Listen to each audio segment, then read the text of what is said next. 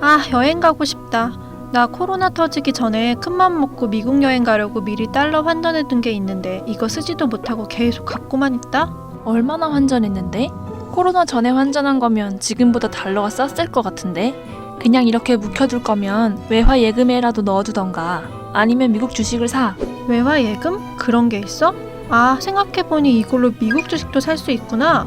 와, 1년 반 동안 그냥 현금으로 갖고 있었는데 작년에 주가 폭락했을 때 왜 그 생각을 못했지? 요즘 원달러 환율이 오르락내리락 하고 있어요. 원달러 환율이란 미국 돈 1달러를 우리 돈 얼마로 살 수 있는지 표기한 겁니다. 코로나19가 막 전 세계에서 유행하기 시작했던 지난해 3월 원달러 환율은 1,200원이 넘었습니다. 그리고 올해 1월 다시 1,000원 초반대까지 떨어졌다가 최근엔 다시 조금 올랐어요. 이런 환율 변동을 이용해 달러를 사고 팔아 차익을 거두는 사람들이 있죠. 우리는 이걸 달러에 투자한다고 말합니다. 달러에도 투자를 한다고요? 사실 여행 갈 때 환전만 해봤지 투자할 생각을 해보진 못했어요. 보통은 그렇죠. 주식, 부동산, 비트코인처럼 투자할 곳이 많은데 왜 달러에 투자하느냐? 바로 달러가 안전자산이기 때문입니다. 혹시 영화 국가보도의 날 보셨나요? 극 중에서 한국의 경제 위기를 예상한 배우 유아인은 가장 먼저 달러부터 매입하겠다고 말합니다. 한국 신용등급이 떨어지면 환율이 가장 먼저 움직인다고 하면서요. 실제 1997년 IMF가 터지기 전 800원대였던 원달러 환율은 IMF 이후 1900원대까지 치솟았습니다. 환율이 800원대일 때 달러를 사둔 사람들은 이때 팔아서 큰 이득을 받겠죠. 2008년 서브프라임 모기지 사태 때도 원달러 환율은 1,500원이 넘었습니다. 이렇게 경제 위기 때마다 환율이 급등하는 이유는 달러가 투자 위험이 적은 안전자산이기 때문이에요. 저도 달러가 안전자산이라는 이야기는 많이 들어봤어요. 그런데 왜 이걸 안전자산이라고 하는 거예요? 달러가 전 세계 금융거래나 결제에서 기본이 되는 돈이기 때문입니다. 기축통화라고도 하죠. 사실 미국이 달러를 기축통화로 만들기까진 긴 역사적 과정이 있었어요. 결론만 간단히 말하자면 미국이 2차 대전을 기점으로 막강한 군사력과 경제력을 갖추면서 달러를 기축통화로 만들 수 있었어요. 결국 달러가 전 세계의 기본이 되는 통화다 보니 세계 경제가 어려워지면 사람들은 당연히 원화보다는 달러를 더 많이 갖고 싶어 합니다. 많은 사람이 달러를 가지려고 하면 할수록 시장 원리에 따라 달러 가격은 오를 수밖에 없고요. 또 우리 경제가 어려울 때에도 원화 가치가 하락하면서 상대적으로 달러 가치는 올라가 환율이 높아집니다.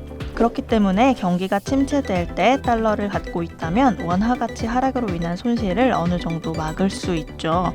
이런 이유로 달러를 안전자산이라고 부릅니다. 오, 그러면 적은 돈이지만 현금으로 달러를 갖고 있는 게 괜히 안심이 되는데요? 근데 이렇게 은행에 가서 달러로 환전하기만 하면 달러에 대한 투자가 되는 거예요? 그럼요. 실물 달러를 갖고 있는 것도 여러 가지 달러 투자 방법 중 하나입니다. 달러가 살 때 인터넷이나 모바일 뱅킹으로 환전을 신청하고 은행에 가서 달러를 받아놓는 거죠. 그런데 매번 이렇게 달러를 인출해서 집에 보관하기는 어렵잖아요. 잃어버릴 수도 있고 인출 수수료도 비싸고요. 이런 경우 시중은행에서 외화예금에 가입할 수 있어요. 외화예금은 일반 예금이랑 크게 다르지 않아요. 단지 원화 대신 달러, 엔화, 유로화 등 외화를 선택해서 보관할 수 있는 예금 통장인 거죠. 모바일 뱅킹으로도 쉽게 가입할 수 있습니다. 원할 때마다 외화 통장에 원화를 입금하면 원하는 외국 돈, 즉 달러로 환전이 됩니다. 달러가 저렴할 때 돈을 입금해뒀다가 환율이 오를 때 매도하면 되겠죠. 가진 현찰 달러를 입금할 수도 있습니다.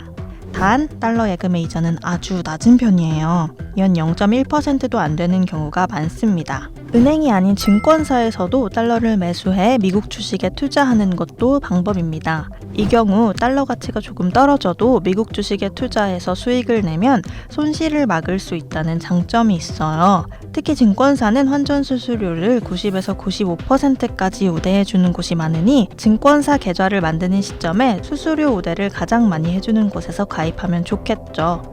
맞다. 환전 수수료가 있었죠? 저도 여행 갈 때마다 환전 수수료 우대받으려고 엄청 애썼던 것 같은데 계속 달러 투자를 하려면 수수료도 만만치 않을 것 같은데요? 맞아요. 달러 투자를 할 때 환전 수수료는 반드시 체크해야 하는 부분입니다. 달러 투자는 기본적으로 저렴하게 사서 비싸게 파는 게 원칙이죠. 그런데 아무리 환율이 낮을 때 달러를 매수한다 해도 금융기관에서 환전 수수료를 많이 떼가면 투자자 입장에선 완전 손해예요. 환차익에 대한 세금은 없지만 환전 수수료가 수익을 깎아버리니까요. 환전 수수료는 각 은행이나 증권사마다 다릅니다. 그렇기 때문에 달러를 살 때는 여러 은행과 증권사를 비교해 수수료율, 그리고 환전 수수료 우대율, 쉽게 말해 수수료 할인율을 꼭 확인해야 합니다. 수수료 우대를 받지 않는다면 일반적으로 은행에서 달러를 살 때와 팔 때 모두 합해 3%가 넘는 수수료가 듭니다. 요즘 은행이자도 3%가 안 되는데 이 수수료율은 너무 높죠. 하지만 다행히도 요즘 은행과 증권사들은 달러에 대해 비교적 높은 환전 수수료 우대율을 적용해줍니다. 보통 수수료의 90%까지는 할인받을 수 있으니 꼭 챙기시기 바랍니다. 참고로 여러 시중은행 수수료율과 우대율은 은행연합회 외환길잡이를 통해 한눈에 비교해볼 수 있습니다. 여기를 보면 요즘 대부분 시중은행이 달러를 살 때 수수료율을 1.75% 정도로 책정하고 있어요. 만약 원달러 환율이 1,000원이라면 달러를 살 땐 1,017.5원이 필요하다는 말이죠. 투자자 입장에선 절대 적은 수수료가 아닙니다. 와, 진짜 큰 돈을 투자할 때 환전 수수료나 우대율을 확인 안 했다가는 완전 손해볼 수도 있겠는데요? 역시 투자는 어려워.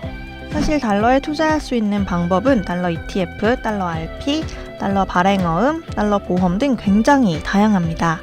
그중 달러 ETF에 대해 잠깐 짚어보면 달러 ETF는 현재 달러의 가치를 보여주는 달러 지수를 추종하는 펀드 상품인데요. 간단히 말해 전 세계적으로 달러 가치가 오르면 수익이 나고 떨어지면 손실이 납니다. 실제로 달러를 갖고 있는 게 아니고 달러의 가치를 추종하는 상품이지만 어쨌든 달러 가격 변동에 투자한다는 큰 목적은 같아요. 달러 ETF는 우리나라와 미국 증시에 모두 상장돼 있습니다.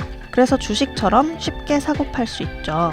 먼저 우리나라 증시에서는 코덱스 미국 달러 선물, 코세프 미국 달러 선물 이런 종목들을 보실 수 있을 거예요. 이 경우 우리나라 증시에서 달러의 가격을 추종하는 상품을 사는 것이기 때문에 따로 달러 환전을 안 해도 됩니다. 환전 수수료에 대해 고민할 필요가 없는 거죠. 대신 운용사별로 ETF 운용 보수가 든다는 것이 단점입니다. 미국 증시에도 달러를 추종하는 ETF 상품들이 있습니다. 미국 주식 시장에서도 ETF를 매수할 수 있다는 건데 이때는 환전이 필요합니다. 물론 이 경우에도 운용보수를 내야 하고 연 250만 원 이상 차익 실현 시 양도소득세 22%도 부과될 수 있으니 유의하세요. 코스피 추종, 나스닥 추종 ETF는 들어봤어도 달러 지수를 추종하는 ETF도 있다는 건 처음 알았네요. 내 주식 수익률이 영 시원치 않은데 진짜 달러라도 조금씩 사 모아야 되나? 아님 달러 ETF로 좀 더 공부해봐?